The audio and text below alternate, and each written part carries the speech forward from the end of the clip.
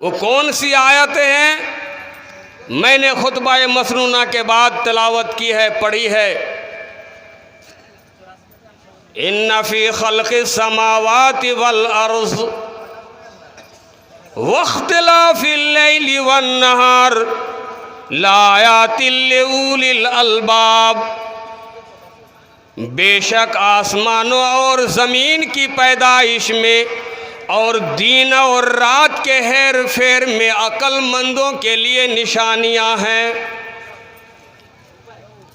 ऐ कायनात के लोगों, इतने लंबे चौड़े फैले हुए आसमान को देखो और इतनी फैली हुई ज़मीन को देखो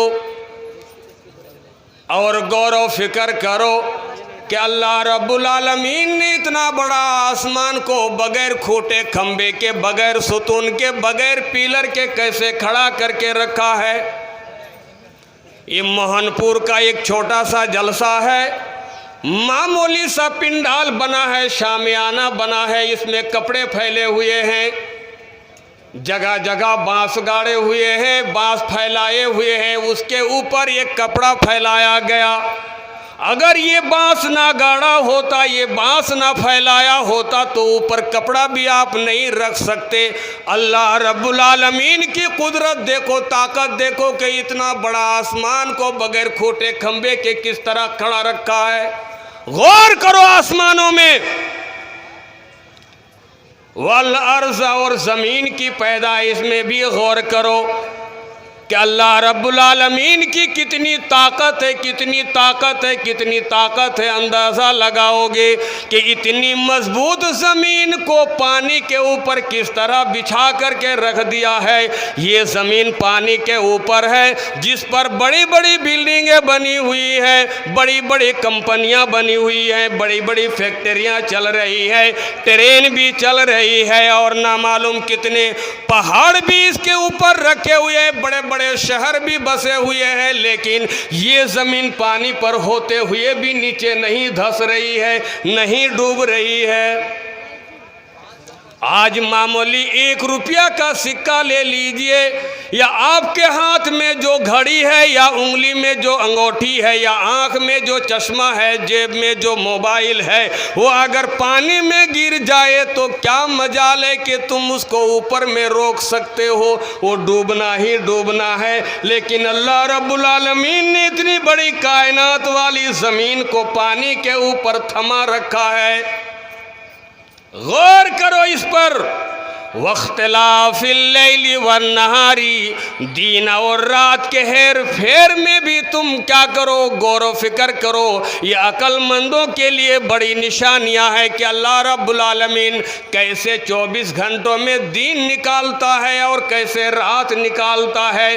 दिन आता है तो रात जाती है, रात आती है तो दिन जाता है। ये रात दिन के उलट फेर से तुम्हारे लिए बड़ी निशानियां हैं, बड़ी निशानियां है कि अल्लाह तबारक व ताला तुम्हारी मजबूत बॉडी को भी उलट पलट कर सकता है, अपाहिज कर सकता है, बिस्तर पे बस सुला सकता है। अल्लाह रब्बुल आलमीन तुम्हारी आंखों की बिनाई ख़त्म करके नाबीना भी कर सकता है, तुम्हारे आंख से सुनने की ताकत को छीन कर बहरा भी बना सकता है। आज तुम चलने फिरने पर कादिर हो, अल्लाह अगर चाहेगा तो तुझे मजबूर कर देगा, लाचार कर देगा, चल फिर भी नहीं सकेगा। ये रात और दिन के उलट फेर में तुम गौर फिक्र करो, ये निशानियां हैं तुम्हारे लिए। आज तुम अमीर हो, अल्लाह चाहेगा तो तुझे गरीब बना देगा। आज तुम गरीब हो, अल्लाह चाहेगा तो तुझको अमीर बना देगा। ये निशानियां हैं अक्लमंदों के लिए मेरे भाइयों, ये गौर करने की ज़रूरत है। इसलिए इमाम कायनात फ़ख्र मौजूदा जनाब मुहम्मदुर रसूलुल्लाह सल्लल्लाहु अलैहि वसल्लम ने फरमाया, जो इन आयतों को पढ़ता है, तिलावत करता है और आसमान और ज़मीन का तज़किरा सुन करके, रात और दिन के हेर फेर को देख करके इबरत हासिल नहीं करता है, उनके लिए वैल है, तबाही है, बर्बादी है। और सुनिए, अल्लज़ीना यज़कुरूनल्लाह क़ियामन व क़ुऊदन व अला जुनूबिहिम। दुनिया में बहुत ऐसे लोग हैं जो अपने आप को अक्लमंद नहीं समझ रहे हैं, बहुत सारे लोग हैं जो अपने आप को अक्लमंद तो समझ रहे हैं, मगर अल्लाह के नज़दीक वो अक्लमंद नहीं है। अक्लमंद लोग इन लोगों में कौन होंगे?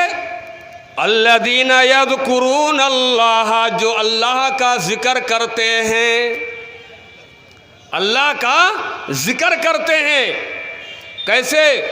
क़याम व क़ुऊदा, खड़े खड़े और बैठे बैठे वाला, जुनूबिहिम, और करवटों पे लेटे हुए, बिस्तर पे लेट कर वो अल्लाह का जिक्र करते हैं। देखिए, तमाम लोगों में अल्लाह रब्बुल आलमीन ने फिर क्वालिटी निकाला, उसमें मक्खन निकाला है छान करके, कि जो अल्लाह का जिक्र करने वाले हैं, खड़े खड़े, बैठे बैठे, लेटे लेटे। मैं आपको एक बात बताऊं तो बात समझ में आएगी। आदमी की कितनी किस्में हैं, कई तरह के लोग होते हैं। कभी हमने सुना है जितने बैठे हैं सब लोग हैं भाई, ये VIP है, वो स्टैंडर्ड है, वो ऐसा है, वो बंगले वाले हैं, वो गाड़ी वाले हैं, ये झोपड़ी वाले हैं, ये और इस तरह के हैं, उस तरह के हैं। लेकिन मैं क्वालिटी के एतबार से बताना चाहता हूँ कि आदमी कई किस्म के हैं। और रिजालू अरबातुन, 4 किस्म के लोग हैं, 4 किस्म के आदमी हैं। नोट कीजिएगा, कितनी किस्में बताई गई आदमी की? 4 किस्म के लोग होते हैं। एक होता है आलिम, एक होता है गाफिल, एक होता है जाहिल, और एक होता है अहमक, बेवकूफ़। आलिम, गाफिल, जाहिल, अहमक। सरसरी तौर पर चारों का तर्जमा जरा सुन लीजिए कि आलिम को मालूम है कि मैं जानता हूँ, मैं जानकार हूँ, कोई मुझसे मसला पूछेगा तो मैं उसका जवाब दे सकता हूँ, उसको इत्मीनान है, वो आलिम है। गाफिल कौन है? वो आलिम है लेकिन उसको मालूम नहीं कि मैं आलिम हूँ। उसका काम ऐसा हो रहा है, आलिम जैसा नहीं हो रहा है। तो आलिम तो है लेकिन उसको मालूम नहीं, वो समझ नहीं पा रहा है कि मैं आलिम हूँ, और ना इल्मी में वो बहुत कुछ काम किए जा रहा है जिसको लोग महसूस करते हैं यार ये आलिम को ऐसा काम करना चाहिए। वो समझ नहीं पा रहा है कि मैं आलिम हूँ। इसको कहता है गाफिल। जानकारी होते हुए भी अनजान की तरह उसका काम हो रहा है, ये हो गया गाफिल। और जाहिल वो है जिसको मालूम है कि मैं जानकार नहीं हूँ, मैं पढ़ा लिखा नहीं हूँ, मुझे ना लिखना आता है ना पढ़ना आता है, वो है जाहिल। अब बेवकूफ़ वो है जो समझता ही नहीं है कि मैं पढ़ा लिखा हूँ कि नहीं हूँ, उनको कुछ भी पता नहीं है। आज मुआशरा, समाज, सोसाइटी में आप इन चीज़ों को देखिए और अपने ऊपर आप गौर कीजिए कि मैं इनमें से क्या हूँ। मैं बेवकूफ़ लग रहा हूँ, मैं गाफिल लग रहा हूँ, मैं जाहिल लग रहा हूँ, मैं आलिम लग रहा हूँ। ये हम ही जैसे लोगों को कहा जा रहा है कि 4 किस्म के लोग हैं। उनमें से मैं ये नहीं बताना चाहूँगा कि आप उनमें से क्या हैं। आप खुद गौर कीजिए कि मैं उनमें से किस किस्म में अपने आप को शुमार करना चाहता हूँ, खुद गौर करूँ।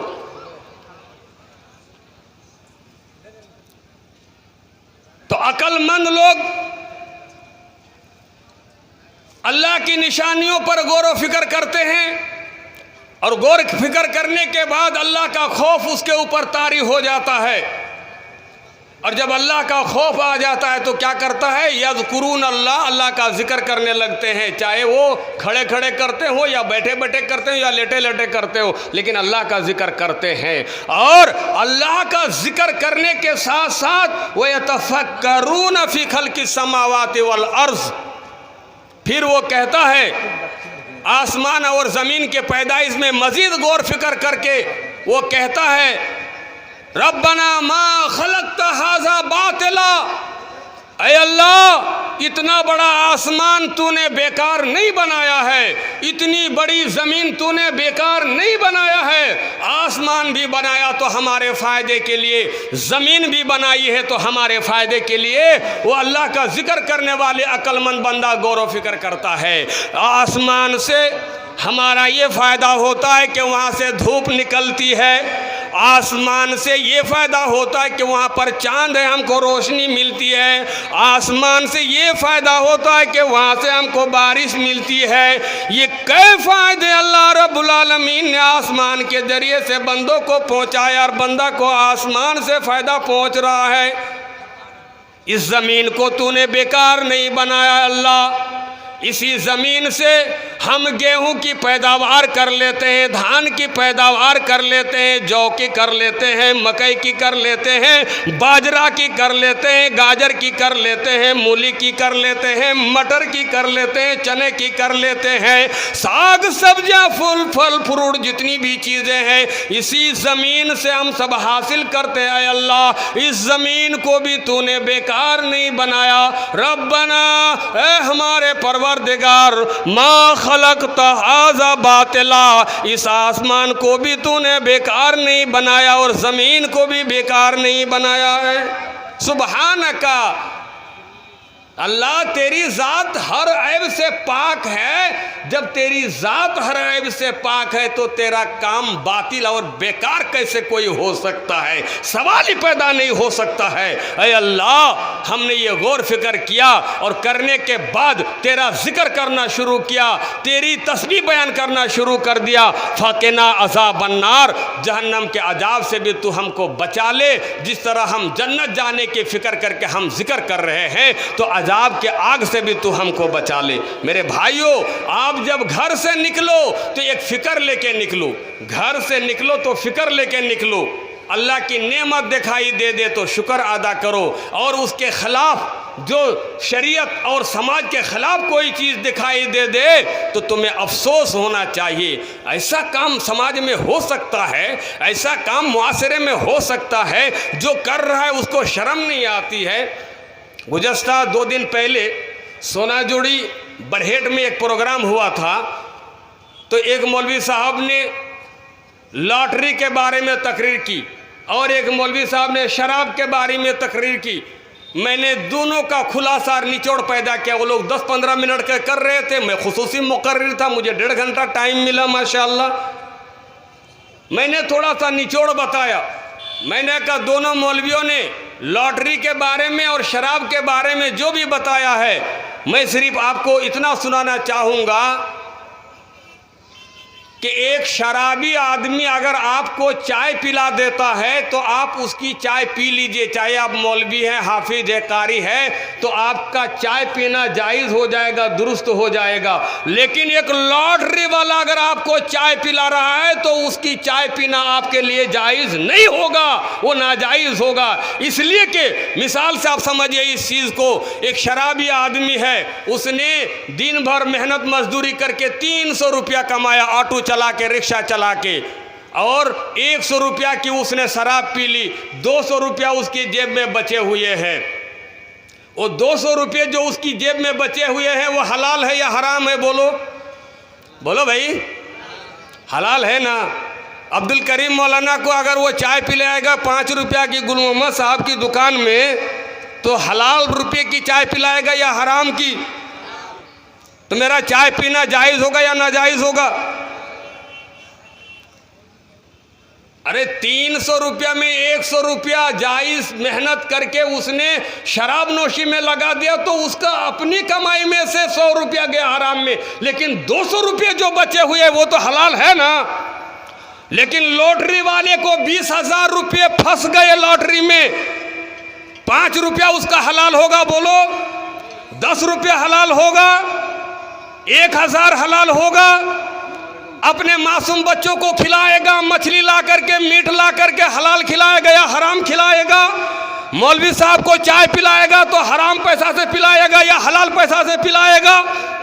मेरे भाइयों, जरा बारीकी में तवज्जो दिया करो। अच्छा, मैं आपको और बता रहा हूं शराबी के ताल्लुक से। शराबी का भेजा थोड़ा खराब होता है, ये मानना पड़ेगा आपको। उसकी अकल जब वो नशे में होता है तो काम नहीं करती है। मैं एक छोटी सी आपके दांत देखना चाहता हूँ, होंठ फाड़ के जरा दांत देखने के लिए मैं ये सुना रहा हूँ शराबी के बारे में।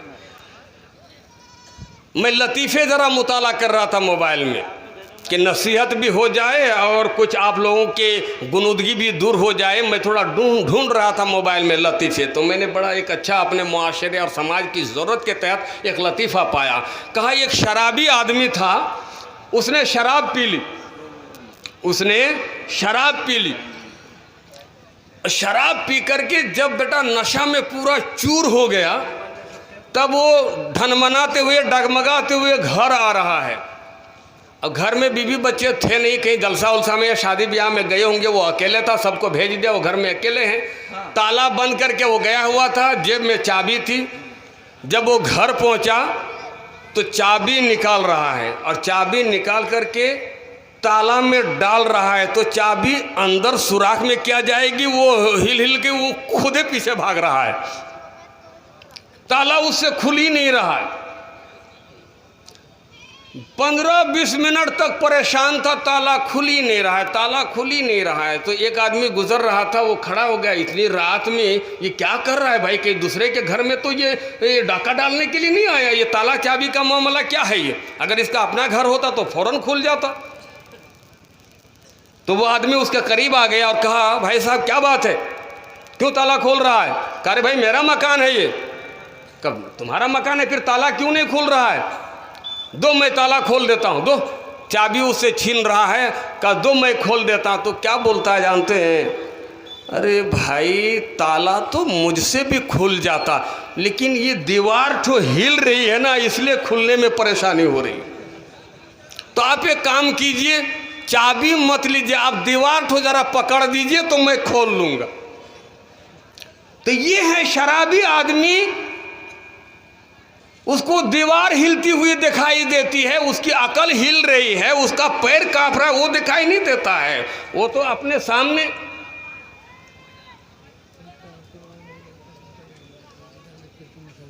अच्छा, तो ठीक है, ये है उन शराबी भाइयों के बारे में कि उनकी अकल खराब हो जाती है, अकल काम नहीं करती है। और यही वजह है कि इस मूड में अब अंदाज़ा लगाइए, जब उससे ताला नहीं खुल रहा है, उस मताल और शराबी आदमी को अगर चाकू और सेब दे दिया जाए काटने के लिए, तो सेब काटेगा या हाथ काटेगा?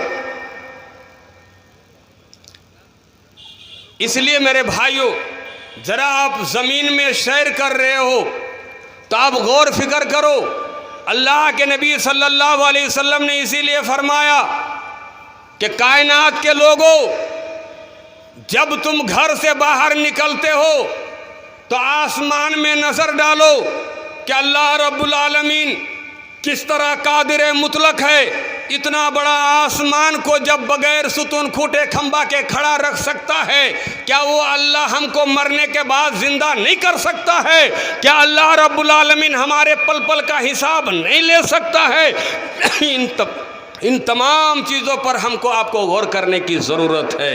अभी हमारे उस्ताद मोहतरम अल-फैज़ी साहब बहुत सारे बड़े बड़े गुनाह के काम के बारे में इशारा कर रहे थे, बड़े बड़े गुनाह के बारे में, लेकिन उन्होंने एक दो का ही नाम गिनाया कि शिर्क है और जादू है। लेकिन मैं आपको बताना चाहूँगा कि अल्लाह के नबी जनाब मुहम्मदुर रसूलुल्लाह सल्लल्लाहु अलैहि वसल्लम ने अच्छे और बुरे लोगों की कई पहचान ऐसे बता दी है, जो आज हमारे मुआशरा, समाज, सोसाइटी में ये बातें आम तौर पर पाई जाती है। अस्मा बिनते यजीद रज़ी अल्लाह ताला अन्हा से यह हदीस मरवी है, उन्होंने कहा, अला उखबिरुकुम बेखयारिकुम। अल्लाह के नबी ने सहाबा जो वहाँ मौजूद थे उनको खिताब करके कहा, ए मेरे सहाबियों, क्या मैं आप लोगों को तुम में जो बेहतर इंसान है, भले लोग हैं, अच्छे लोग हैं, शरीफ लोग हैं, ख़ानदानी लोग हैं, उनके बारे में ना खबर दे दूं, ना बता दूं? साहबा कह सकते नहीं अल्लाह के रसूल, बोल सकते नहीं। साहबा किराम ने कहा कालू बला या रसूल अल्लाह, अरे अल्लाह के रसूल भले इंसान कौन है, अच्छे लोग कौन है, उनके बारे में आप ज़रूर बताइए। अल्लाह के नबी सल्लल्लाहु अलैहि वसल्लम ने फरमाया अल्लदीन इज़ा रुऊ ज़ुकिरल्लाह, अच्छे लोग वो हैं जिनको देखकर अल्लाह याद आ जाए, जिनको देखकर वज़ाकता, रहन सहन, पहनना ओढ़ना, चलना फिरना, उठना बैठना, खाना पीना, इबादत, तिजारत, मामलात, लेन देन, इन तमाम चीज़ों को देख करके दूसरा इंसान समझ सकता है कि यह इंसान अच्छे हैं, अल्लाह याद आ रहा है। लोग कहते कि अगर इंसान हो तो वैसा होना चाहिए। हाँ, उनको देखकर अल्लाह याद आ जाए। हम में से कितने लोग हैं जिनको देखकर किसी दूसरा आदमी ये समझ सकता है कि उनको देख करके किसी को अल्लाह याद आ जाए? है वैसे अल्लाह वाले? हमको लग रहा है हम अच्छे आदमी हैं। अला उखबिरुकुम बिखयारिकुम, क्या मैं तुम लोगों को ना बता दूं जो तुम में भले लोग हैं? सहाबा ने कहा ज़रूर बताइए। अल्लाह के रसूल ने बता दिया जिनको देख कर के अल्लाह याद आ जाए। फिर अल्लाह के नबी ने फरमाया अला उखबिरुकुम बिशरारिकुम, तुम में जो लोग बुरे हैं उनके बारे में मैं ना बताऊं? तुम में जो लोग बुरे हैं उनके बारे में ना बताऊं? सहाबा क्या कहते? खाली अच्छा अच्छा बताइए, बुरे लोगों के बारे में मत बताइए, ऐसा हो सकता है बोलो? कहा नहीं अल्लाह के रसूल जो बुरे लोग हैं उनके बारे में भी बताइए। तो अल्लाह के नबी सल्लल्लाहु अलैहि वसल्लम ने फरमाया सुनो, तुम में बुरे लोग वो हैं अलमशाऊना बिन नमीमा, वो ज़मीन में चलते हैं तो चुगलखोरी करने की नीयत से चलते हैं, चुगली करने के लिए। चुगली किसको कहते हैं सब कोई जानते हैं, आम भाषा में, तफसीर में नहीं जाऊँगा, घड़ी का कांटा बड़ी तेज़ी से भाग रहा है। अलमुफसिदूना बैनल अहिब्बा, चुगली करने की नीयत से चलते हैं। और दूसरा क्या? अलमुफसिदूना बैनल अहिब्बा, दो आदमी में बड़ी दोस्ती है, बड़ी मोहब्बत है, एक दूसरे नहीं मिलने से मोहनपुर नहीं जाएंगे, एक दूसरे नहीं मिलने से हिरनपुर नहीं जाएंगे, एक दूसरे नहीं होने से नाश्ता नहीं करेंगे, एक दूसरे नहीं करने से चाय पीने नहीं जाएंगे। तो इस तरह से उन दोनों के दरमियान इधर उधर की बात बोल करके, झूठ मूठ की बातें एक दूसरे के कान में डाल करके, अरे तुम तो